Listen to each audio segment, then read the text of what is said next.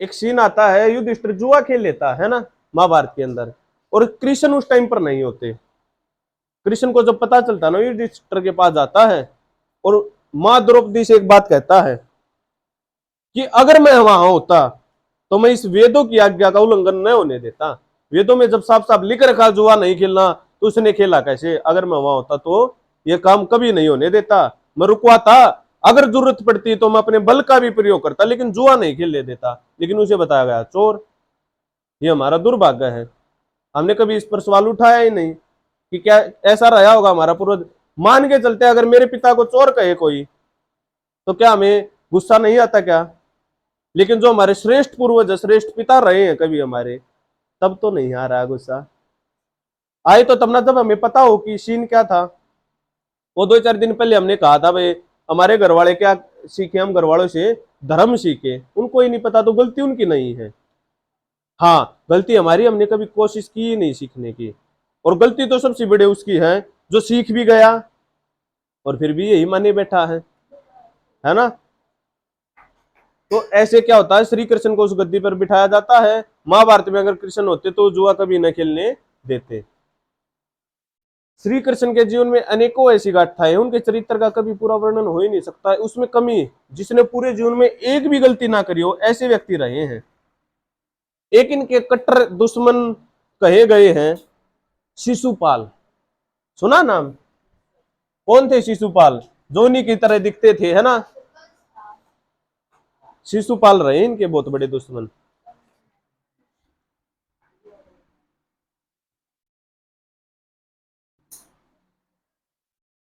शिशुपाल की जब ये अश्वमेध यज्ञ होता है, इंद्रप्रस्थ में अनेकों राजाओं को बुलाया जाता है, शिशुपाल उसका बिल्कुल एंटी है। उससे ज्यादा बड़ा कोई उसका बुरा चाहने वाला कोई नहीं था श्री कृष्ण का, शिशुपाल से ज्यादा। शिशुपाल भी बुराइयां करता है श्री कृष्ण की। क्या क्या बुराइयां करता है कि तू बहुत गलत आदमी है, तू बड़ा ही गंदा है। ये ऐसी 2-4 बातें कहते हैं वो श्री कृष्ण को। तू युद्ध न करने वाला है, तू न बात न मानने वाला है, तू किसी की नहीं मानता है, तू किसी की न सुनने वाला है। इसमें गलत क्या आया है ये बताओ मेरे को। इसमें गलत कहां कहा, क्या कहा है शिशुपाल ने भी? शिशुपाल वो व्यक्ति था जो कहने में कभी कमी नहीं छोड़ता था। वो भी इसमें क्या उसने कहा कि ये दुर्व्यसनी था, इतनी पत्नियों के साथ रहने वाला था, माखन चोर था? वो भी नहीं कह रहा ये बात। तो महाभारत के अंदर शिशुपाल भी, वो भी यही शब्द कहता, तू किसी की नहीं सुनता, तू अपने मन की करता है, तू अपनी चलाता है। इसमें गलत क्या है? राजा क्या चलाएगा? अपनी ही तो चलाएगा। गलत व्यक्तियों की थोड़ी सुनेगा। हाँ, अच्छे व्यक्तियों की सुनी भी उन्होंने। वो खुद बुद्धिमान इतने थे, उसे जरूरत नहीं थी इतनी ज्यादा किसी के बारे में सुनने की।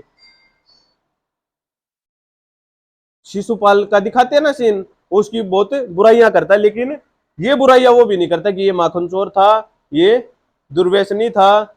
हाँ, एक सीन और आता है, कपड़े उठाए,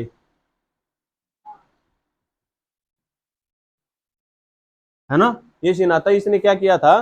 कपड़े उठाए नहाती हुई गोपियों के। वो कुछ मामला ऐसा था, हमारे यहाँ तालाब होते थे पहले नहाने के लिए। 2 तरह के तालाब होते थे, एक तो सार्वजनिक, एक निजी। निजी कहते हैं प्राइवेट, अपने खुद के तालाब है, मेरा ये, इसमें कोई नहीं नहाएगा। सार्वजनिक होते हैं पूरी सभी के लिए, कि कोई आओ समाज का व्यक्ति और उसमें नहा सकता है। तो ऐसे ही सार्वजनिक और निजी तालाब भी 2 तरह के होते हैं। एक तो होता है पुरुषों के लिए, एक होता है स्त्रियों के लिए। जैसे हम कुरुक्षेत्र जाते हैं नहाने के लिए, है ना, स्नान करने के लिए, वह पुरुषों का अलग होता है या नहीं, स्त्रियों का अलग होता है या नहीं? सेम ऐसी ही कंडीशन थी।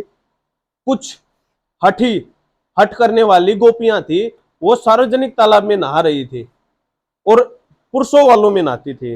उन्होंने इस चीज की जिद बांध रखी थी।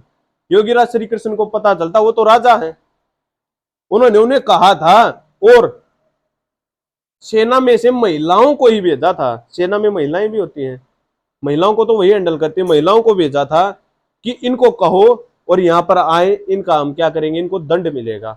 ये है कपड़े उठाने वाला सीन। राजा ने ठीक किया या गलत? ठीक किया ना। तो इसमें कपड़ा उठाना कहां से आ गया?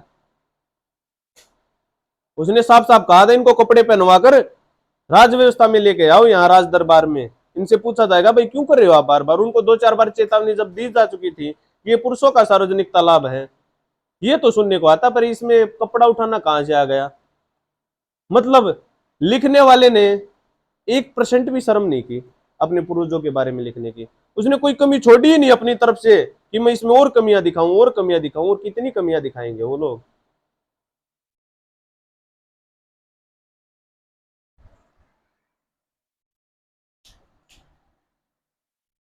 एक हमारे यहाँ महाभारत में होता है सबसे बहुत जटिल विद्या होती है जिसे कहते हैं चक्रव्यूह।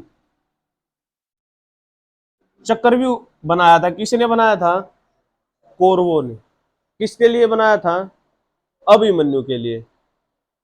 तो महाभारत में जब पढ़ते हैं ना, अभिमन्यु लिखता अपनी जीवनी में, अभिमन्यु भी सीख नहीं पाया था पूरी, और कहते कहां से सीखी उसने अभिमन्यु ने? मां के गर्भ से, पेट से, ऐसा कुछ नहीं हुआ था। अभिमन्यु साफ साफ लिखते हैं महाभारत के अंदर कि मैंने भी 31 वर्षों तक इस विद्या का अध्ययन किया। 31 वर्ष हो गए मुझे सीखते हुए, मुझे भी नहीं आ रही ये पूरी अभी तक है। जिसमें अभिमन्यु बहुत तेज बुद्धि के थे, अगर कोई व्यक्ति जिस विद्या को 2 साल में सीखता तो वो 6 महीने में सीख जाते थे। तब भी इतनी तेज बुद्धि के होते हुए भी अभिमन्यु भी 31 वर्ष उसमें सीख ही रहा था कि इतने में युद्ध आन पड़ा और वो वीर गति को प्राप्त हुआ। वो अपनी जीवनी में लिखते हैं एकमात्र 2 ऐसे व्यक्ति, जो एक तो मेरे पिता हैं कौन, अर्जुन, और एक मेरे मामा श्री कृष्ण, जिनको चक्रव्यूह का पूरी की पूरी नॉलेज है। एक गुरु द्रोण भी थे जिनको ये नॉलेज थी। इन 3 व्यक्तियों के सिवा किसी को ज्ञान नहीं था, वो श्री कृष्ण रहे हैं। श्री कृष्ण ने सिखाई थी उनको चक्रव्यूह को तोड़ने की विद्या भी। उन्होंने कहा ये तो 31 वर्ष में मैं 6 तोड़ पाया हूं, 7वीं विद्या नहीं है उसमें, 7वां चक्कर नहीं तोड़ पा रहा हूं। वो भी जब जब सिखाने वाले कौन है? श्री कृष्ण है, और सीखने वाला अभिमन्यु है, कोई रामफल का छोरा नहीं कि उसने बार बार कहा पाड़े भी नहीं आते कहने में, कहता जी मेरे समझ में ना आ रहे। वो व्यक्ति जो एक बार कहते ही समझ रहा था, उसे भी 31 वर्ष तक अभ्यास करना पड़ा था। तो उसको सिखाने वाला कौन था? योगीराज श्री कृष्ण। वो तो योगीराज थे, योगी पुरुष थे। एक चीज और सामने आती है, क्या कृष्ण ने ये महाभारत करवाई?